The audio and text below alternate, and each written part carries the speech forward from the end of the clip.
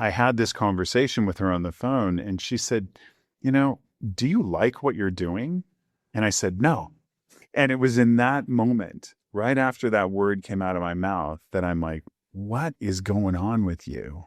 I had conversations with Mark. It wasn't long after that before it just hit me that my internal dialogue was different than what I was projecting to everybody else. Subtle skills, big results. Welcome to the Ninja Selling Podcast. Welcome to the Ninja Selling Podcast. We're happy that you're here. Here's the question for all of you in the Ninja Nation. What is possible when you can shift your mindset from scarcity to abundance? Lots of things are possible. And our guest, he has the answer because he has done that himself. He's experiencing that himself. It is Dan Dodd, an amazing ninja. Dan, welcome to the podcast. Thanks, Eric. I'm excited to be here. We are excited that you are here. Dan, just to help us get to know you a little bit better, just tell us where you are right now, the market that you work in, and tell us a little bit about your company. Hello, everybody. My name is Dan Dodd. I am with Vanguard Properties, which is the largest independently owned or boutique real estate firm in the Bay Area. I am predominantly in the San Francisco market, but I also sell in Southern Marin County, just across the Golden Gate Bridge. Got it. I'm mostly focused in San Francisco. That's where my business has been for some time. Okay. How many years in real estate for you, Dan? 22. 22 years. You date me, Eric. You're going to date? It's okay. 22 years. 22 years. Fantastic. Dan is one of our Ninja coaching clients. You work with Ninja coach Mark Johnson. That will come up as we go along. Dan, thank you for being here. And you're going to be really open about some things. And we appreciate that. Anytime someone gets open about things about their mindset, you're going to be talking about a shift and evolution in your mindset that we're going to celebrate. And we also appreciate you being open about it. To set the stage, to give this context, I'm going to share with everyone some numbers that Dan has realized recently in his production. So last year, Dan, you had 15 million in closed volume. And many people would say that's a terrific year. And for you, it was one of your lowest years in several years. But again, it was 15 million in 2025. We are recording here in mid-August 2026. You've closed so far 33 million already. So already you've more than doubled last year. You have 90 million in your funnel, which includes 13 million of signed listings. What do you think you're on pace for this year? As we sit here in mid-August, what do you think is realistic for your volume in 2026? My stretch goal this year is 100 million, but I think realistically where we are right now and the way that the fourth quarter is shaping up, I think I'm probably looking somewhere between 65 and 80 million is where I'll land out. 65 to 80 million. So quadruple last year and maybe then some. Congrats. That's terrific. You're doing this in a ninja way. You don't have some big mega team or anything like that. And I'm guessing too, some people listening to these numbers are maybe even amazed at these numbers. I think what's important to note, what's really the takeaway is the shift, the percentage change. So I would say focus on that. Yes, the numbers are remarkable, but we'll focus on the percentage change. So Dan, you've been open about the fact that you were kind of in scarcity, was the way you described your mindset. But tell us more about 2025 for you, your mindset, what was happening for you. We want to hear that before we hear how it shifted and how you did that. I don't know if I have all the answers. I know what worked for me. And in 2025, so I hope this is helpful. But in 2025, I started out the year sort of feeling like I really wanted to focus on myself. And so in the morning, part of my morning routine was reading positive reading, but I would read for like an hour and a half. I'd lay there with my coffee and read for an hour and a half. So I was doing the activities, I was doing affirmations, I was doing the things, but I was doing them like a checkbox. As I was going, I was just sort of checking it off. I've done this, I've done this, I've done this, almost like I was expecting something miraculous to happen. But in my head, I was in this really kind of scarce mode. I wasn't kind of in scarcity. I was in full scarcity. And on the outside, I think I was projecting most of the time. I was projecting that I wasn't in that mode.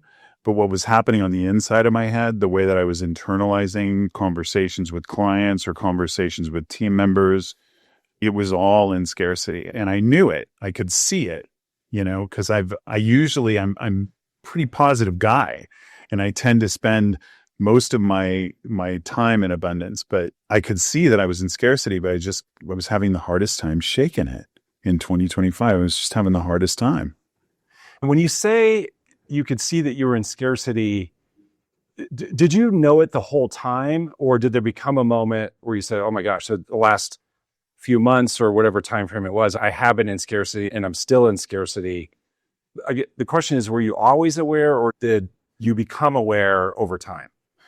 I became aware, and it was actually my coach, Mark Johnson, really helped me get there. It was a combination of things, but we all have our confidants in real estate that we talk to that are fellow realtors and commiserate with those people. And I was having a conversation with my confidant, and I was at a showing, and it was packed. There were people everywhere. And I thought, this is going to go crazy. And I had this conversation with her on the phone, and she said, do you like what you're doing? And I said, no. And it was in that moment, right after that word came out of my mouth, that I'm like, what is going on with you? I had conversations with Mark. It wasn't long after that before it just hit me that my internal dialogue was different than what I was projecting to everybody else. But what I was saying to myself was super negative, very much around scarcity and what was happening in the economy and what the projections of the economy were. And Mark helped me look around and say, well, wait a minute, is everybody having that same kind of experience? And I looked at people that I know that are good friends of mine that are in the business. They're having some of the best years they've ever had. I'm like, what's different? And I could easily see what it was. You could see that it was a mindset for me. I could absolutely see it, clear as day after that. That is a fascinating thing, where it's the same market, it's the same set of data, it's the same interest rate for all of us, but we can all have a different view of that, a different interpretation of that based on our mindset, based on how we're interpreting it, how we're choosing to interpret it. What you focus on expands. We're going to talk about how you made the shift. And before you do that, I thought it'd be fun to kind of fast forward to when you had made the shift. I think that there's a really great example of your difference in mindset that happened as related to a coming soon listing. Talk about that example, and then we'll use that to kind of show the difference between scarcity and abundance. There was a client of mine that's been a long-time client. They had a second home in San Francisco, and they were retired, and they had decided that they were going to consolidate all of their real estate holdings into a different holding that was under construction. And they were not planning on moving into that until mid-2027. And so when he first reached out to me, he said, I just wanted to let you know this is coming. So there's the change, right? I hear the change. And he said, this is coming, and we don't need to sell till 2027, but we wanted you to be aware of it so that we can start planning ahead. And this is in December of 2025. Because I had shifted my mindset, before I would have just thought, oh, here's another client that's calling. I've spent 20 minutes on the phone with him, and he's not going to list for another year, and who knows what's going to happen in that time frame, and the market's really good right now. He should be doing it. And the call would have probably ended. But because my mindset had shifted, I had a completely different conversation with him. And I said, that's all good, and we can put a plan in place. Let's go ahead and do that. I said, but what if we could get a number for you now? Would you want to sell it? And he said, well, I suppose if we could get $1.4 million for the property, it's this small 2-bedroom condo. He said, I suppose if we could get $1.4 million for the property, that, it would make sense for us to do it, even though we don't need the money until then. We'd probably do that. And I just talked about the market conditions. I said, let's put it in coming soon in the MLS, which is a requirement in our market. You have to go into coming soon to market. So we put a floor plan in, some pictures of the view, and I started doing showings, and it wasn't like gangbusters, right? We were doing showings for about 6 or 7 weeks, and not a lot of showings, a showing here and a showing there, because we were priced very high. There was no comparable sale to support it. And then walks in the buyer, a cash buyer, paid $1,425,000 for it. And the seller was over the moon. We never went to market. and it was the highest sale in the building of any unit since 2007, and the second highest in the building in history. So it's, by just shifting my mindset, instead of thinking, well, that 1.4, there's just no way, right? There were some things that made that complicated. Instead, I said, why don't we give this a try? And worst case scenario, we don't sell it and we prep it. You move things out, we prep it, stage it, and bring it to market in 2027. And I would have missed that. Without question, I would have missed that opportunity when I was in that scarcity mindset. Right. And you basically asked him a version of the magic wand question. You said, well, let me ask you this. If you could wave your magic wand, what would be the price that you would hope to sell it for? And then you'd follow up with more what if questions. What if we were able to achieve that? What if we went on coming soon? Whereas before, in a scarcity mindset, as you said, you would have said, well, here we go again.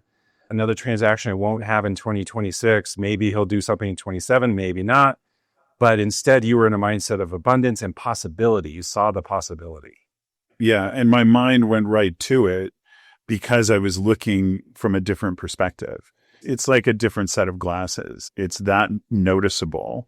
For me, that's what the shift was like. It was like wearing a different set of glasses. Right. So we're delivered the same circumstance regardless, but it's our choice on how we respond to that circumstance. So it's that ninja lesson response ability. We have the ability to choose our response, and you chose a response. Yes, it was good for you and great for the client. I mean, they achieved that price. It is closed. The money's in the bank. They have clarity. They have confidence. Great for them. Because this was a cash transaction too, it was a fast close. And they had an inspection contingency because, of course, we had done no preparing. We hadn't done upfront disclosures because we were doing a coming soon listing. And so they had inspection contingencies. So literally from the time that they released their inspection contingency where their deposit went hard, it was maybe 10 days. And my clients had to get all their stuff out in that time. And I remember having a conversation with him about it. And he said, oh, no. For this price, we'll make it happen. We will make it happen. So it's a great example of, yes, this was a huge win for them, right? Yes. They needed, and I benefited from it for sure. But it really is what they needed. And I would have missed that. And thereby they would have missed that if I hadn't have been in the right mindset. Your abundant mindset brought them abundance. Right. It brought us both abundance. Yes. It's a win-win. Amazing. I know you have more examples. And maybe before we go into those other examples, let's talk about what happened in between. So we heard the beginning, you found yourself in scarcity and you noticed the things you're saying to yourself, the things you're saying out loud. You were hearing results of what happens with an abundant mindset. What happened in between? How did you do it? What were the things you were doing to make this shift?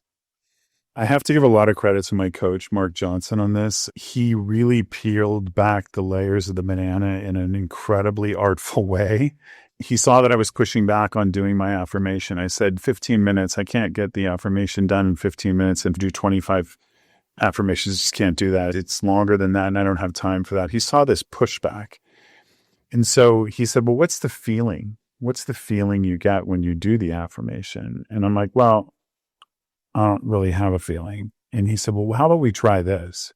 This was just one example of what he did. He said, why don't we try this? Why don't you set a timer for 10 minutes and come up with an affirmation and just write the affirmation and repeat it for 10 minutes? It's not supposed to be you've got to check a box and do 25. What is the feeling it elicits? I tell you, it's like so simple, but it was an immediately I felt that difference. It was, you could grab it because I set the timer for 10 minutes. You want to know the funny thing?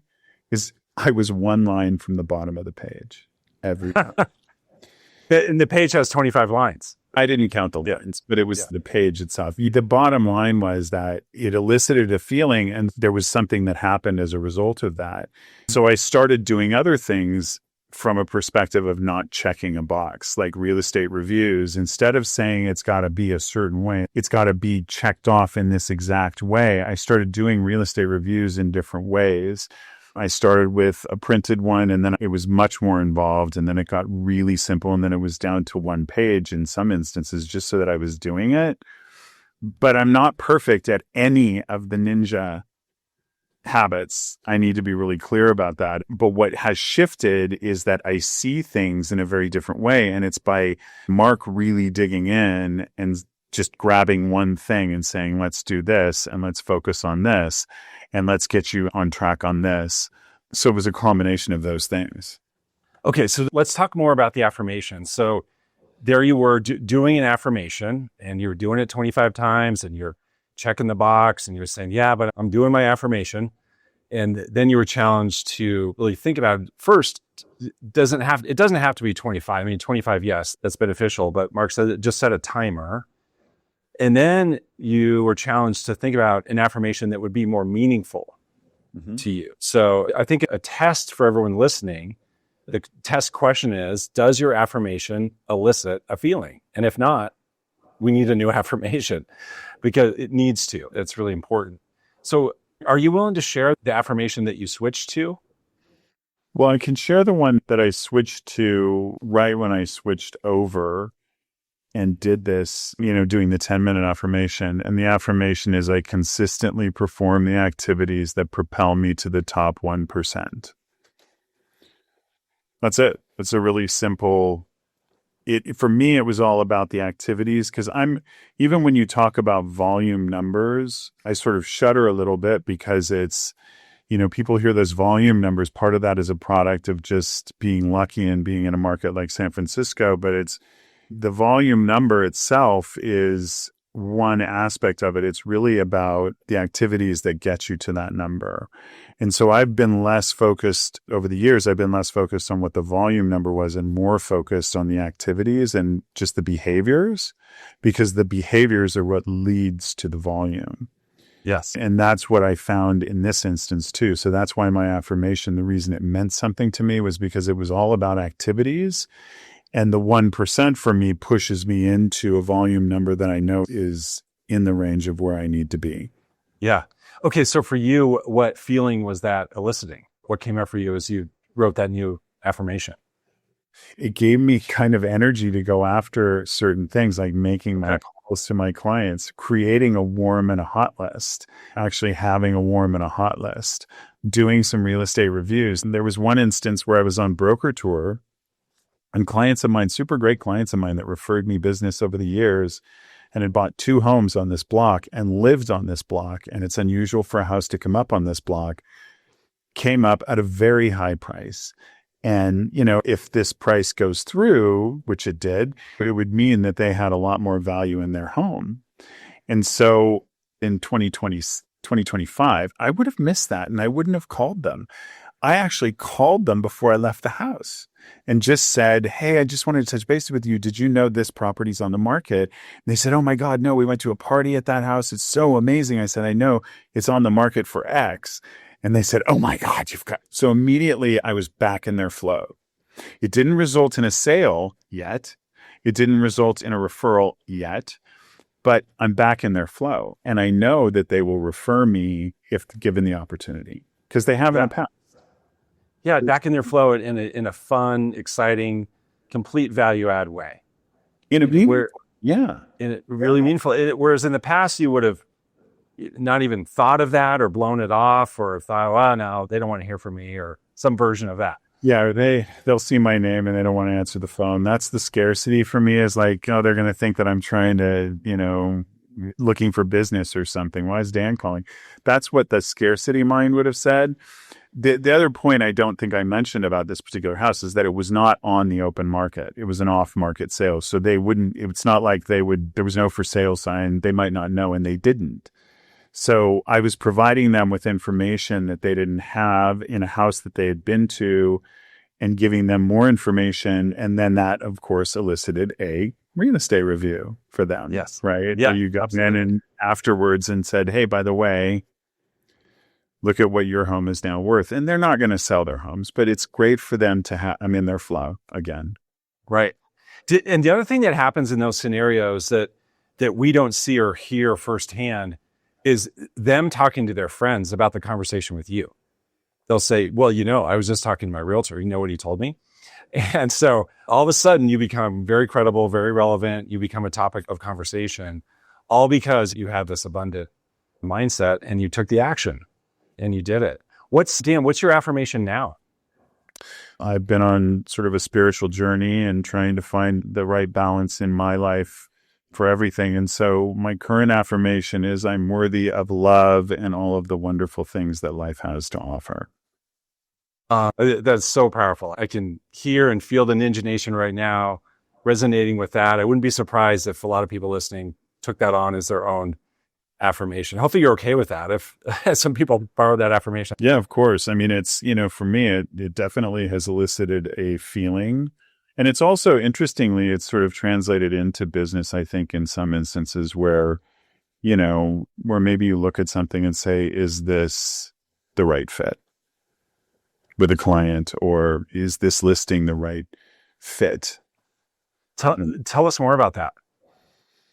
For example, someone who doesn't value what I bring to the table, right? If they don't value my opinions, if they're looking for the lowest commission rate, that's not me.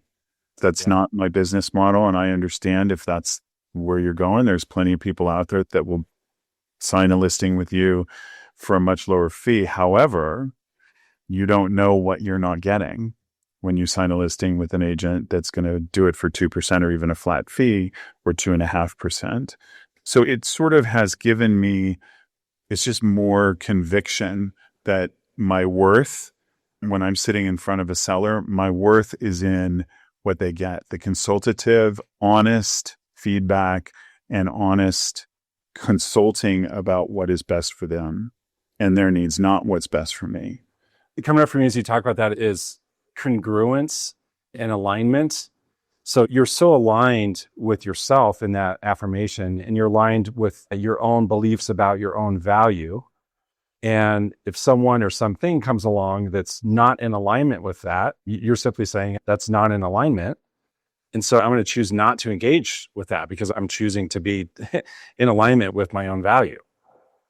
Yeah. And I think as our funnel grows, for me, and for anybody else that is experiencing scarcity, and then they go into a mindset of abundance, and you start to have things start to happen. I mean, for me, I just notice things that I didn't notice before, like the coming soon that I described. But I could give you probably 5 examples right off the cuff of that. But what happens is that all of a sudden you have all this business that perhaps is coming at you because of your shift in mindset, in large part because of your shift in mindset.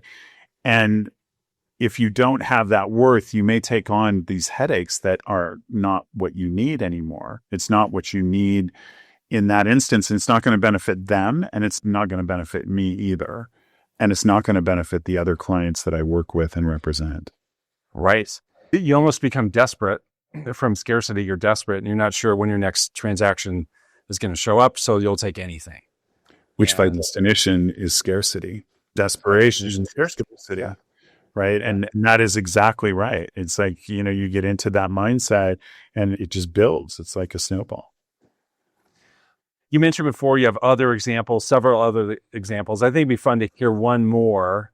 And then I'm going to have one final wrap-up question. So is there another example that comes to mind that shows this difference? Yeah, there's one client that, I'd sold them a house in a neighborhood that was a different neighborhood than they had been in for a long time. They bought a bigger home. And within about a year, they wanted to go back to the old neighborhood. Like they felt isolated. It was a little bit more neighborhoody, a little bit less city. And they wanted that city feeling again where they could just walk out their door and go to bars or restaurants or whatever. And they told me this. And so I filed that away in my scarcity mindset and thought, I really filed it away thinking that this will be something in the future, but I didn't do anything about it. And I didn't put them on a warm list or anything. I just didn't do anything. And then as time would go by, we see each other socially. And every time I'd see them, it would come up that they wanted to move. And so in 2025, as I was making this shift, actually, I think it was the beginning of 2026, as I was making this shift, somebody had an off-market house and I walked through it and they really like weird floor plans. And this was a really weird floor plan and it was nicely renovated. And so They were now on warm list. My mind was in that mindset of abundance. And so I called them from the house and I said, do you have a minute to FaceTime? And he said, actually, I can't right now. Why? And I told him why. I said, I'm in this house on this street. And, this is like a perfect location. And he said, how much? And I said, 2.5. And he said, how much do you think it'll go for? I told him. And he said, I think it's just too soon for us right now. We probably can't stretch that much, right? I said, no problem. I will keep you informed and keep looking for you, right? 2 nights later, he called me and he said, is it this address? They were walking in the neighborhood. They were on their way home from a bar. They were going to catch an Uber. But he said, is it this address? And I said, yeah, that's the house. He goes, oh my God, it's the perfect location. And I said, do you want to see it? Let's go take a look.